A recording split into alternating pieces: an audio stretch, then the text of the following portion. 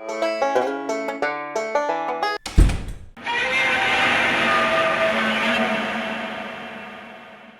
everybody, Yankee here. Today I want to continue my series of videos I've been doing where I choose a specific manufacturer and I tell you what I think is the best and the worst handgun they currently produce.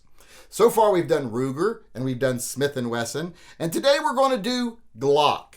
And Glock is going to be the hardest one to do yet. And the reason it's going to be the hardest one to do is because there's not a lot of variation. A Glock is a Glock. The biggest difference is what size do you want and what caliber do you want? Now that is one good thing about Glock that I will say right now. They do offer you a lot of calibers. Pretty much all the sizes they offer in different calibers. A lot of manufacturers have decided these days that all you need is 9mm. And that's all they offer you. Glock still gives you a wide array of calibers available in a wide array of sizes. Other than that though, they're very similar. Glock found what works and they've stuck to it. They've stayed true to themselves. They basically offer one gun in a lot of different sizes and a lot of different calibers. And like I said, how do you choose which gun is best when that's the biggest difference? The size and the caliber. That sounds like preference to me. Which one do you want? Do you want a big gun in 9mm or a little gun in 10mm? Whichever one you think is best for you, well, you choose that option. And who's to say that one's better than another one? Well, we're going to have to tonight because that's the whole point of this video. So let's get to it and let's talk about what we think is the best handgun made by Glock, which is all they make is handguns, and what is the worst handgun made by Glock. And let's start with what is the best handgun they make. All right, when you're talking best, like I said, it's going to be hard to decide because it's just differences in sizes and calibers. Heck, even the little small tiny guns, the subcompacts, are basically the same gun as the compact and the full size. They just have a little lopped off the barrel and a little lopped off the bottom of the grip. Still, the core of the gun is basically the same. Now, they've changed that a little bit lately because they've been offering some smaller single stacks, etc. So they do have a little bit of variation, but even those guns, same type of trigger, same type of firing mechanism, same everything basically. Just different in size, caliber, and capacity basically. It's a double stack or single stack. Full size, which holds 15 to 17, or compact that holds 10 to 12, whatever. It's just those differences. Now, if you look at something like the G19, you might be wanting to say that's the best gun they make because it is a great overall gun. And I especially like the Gen 5 G19. I like the Gen 5s better than all the other models, all the other generations, because I don't know why. It's just a little bit of change they've made to it, but that little bit of change has made a big difference for me. I like the Gen 5s. And right now, you don't have all the calibers available in Gen 5. You just got like 10mm, 9mm, 40, and there might be one more, but hopefully they'll get them all out in Gen 5 eventually. But still, you got Gen 4s, Gen 5s, Gen 3s even that you can choose from, so you have a wide array of sizes and calibers. And the G19 is kind of in that sweet spot. It's a compact gun. It's 9mm. Almost everybody can handle it. Almost everybody can shoot it well. It's just an awesome little sweet spot gun. Unless, of course, you don't want 9mm, then you'd want to move up to something like a 40 caliber. And you'd have to go get the Glock 23, which is the same gun as the 19, just in a different caliber. And that's not a lot of a difference between them. Now, maybe you want to go down to something small, like you want something smaller. So you're going to go down to like a G27, G33 even, because that's another great thing about Glock. They still offer you guns in 357 SIG. I almost said any of their guns in 357 SIG is the best one they make because they're one of the few manufacturers that still offers it. But I still do think there's better choices because like the G19 is a perfect carry gun. The G23 is my favorite of the carry guns, or at least it was. And speaking of it was, the reason it isn't now is because after the Gen 5 guns have come out, the G20 Gen 5 is my favorite gun. So I started leaning towards that, saying that, the Gen 20 or the G20 Gen 5 10mm Glock, 15 rounds plus one of 10mm, that's got to be the best Glock.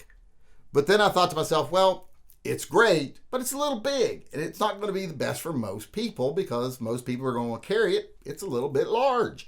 I use it as my car gun. You know, it's in a holster on the back of my passenger seat. And that's what I use it for. I wouldn't carry it. I wouldn't carry polymer striker fire guns. They scare me. So I choose to stick to other platforms. But for something like car gun, it's awesome.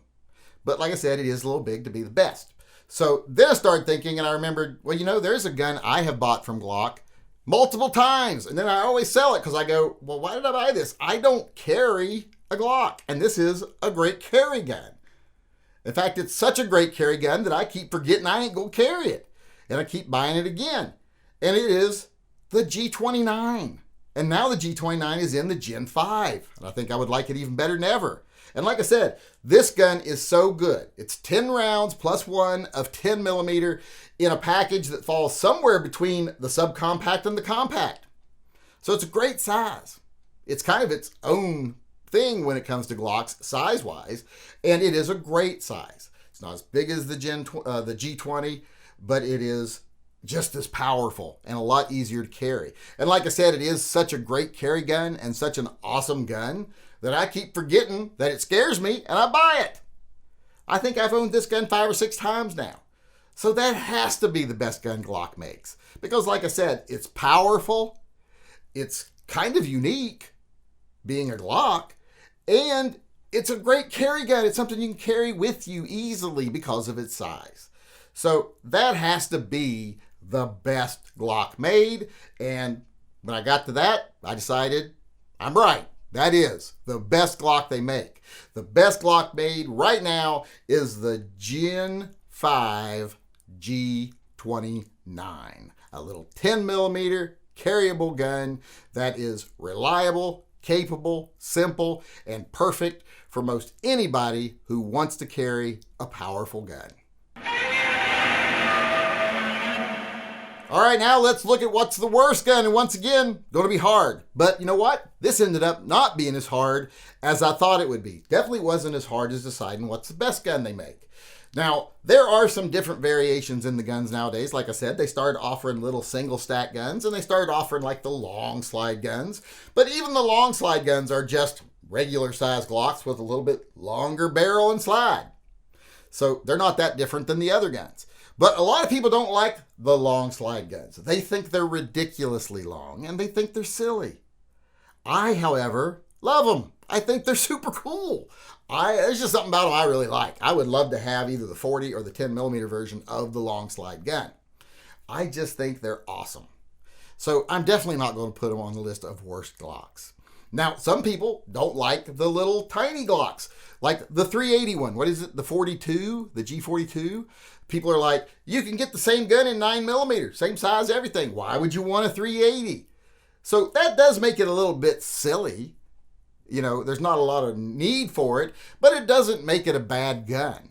So I don't really lean towards that either. Now the G43X, now that one I did start thinking this might be the worst gun they make.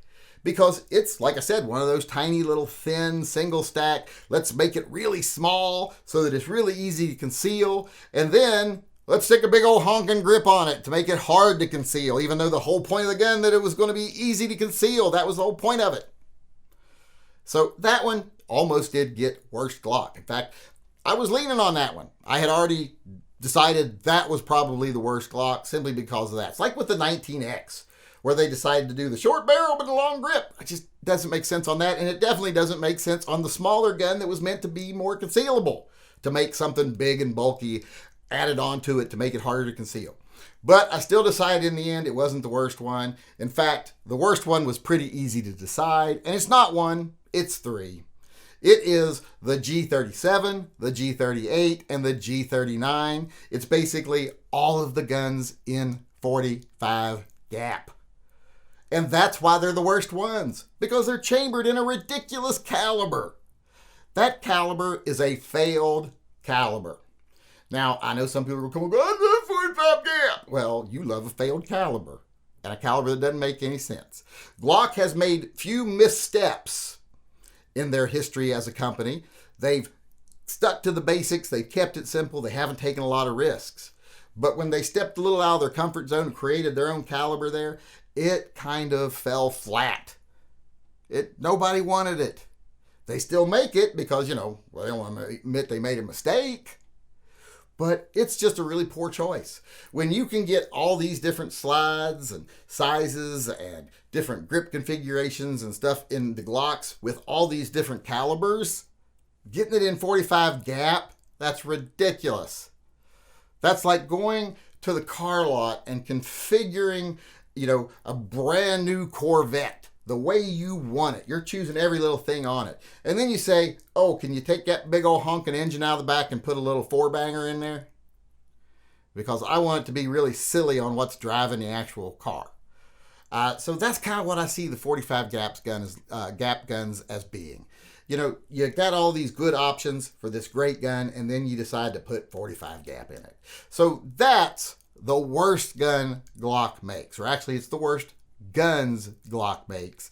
Any of the ones that are chambered in 45 gap. All right, there you have it. That wasn't an easy decision to make, but there's what I think is the best gun Glock makes and the worst guns Glock makes. What do you think? Am I right? Am I wrong? Do you agree with what I have to say, or do you think it should be something different? Let me know in the comment section below, or visit us in our nightly live chats and let me know there. We can have a conversation about it.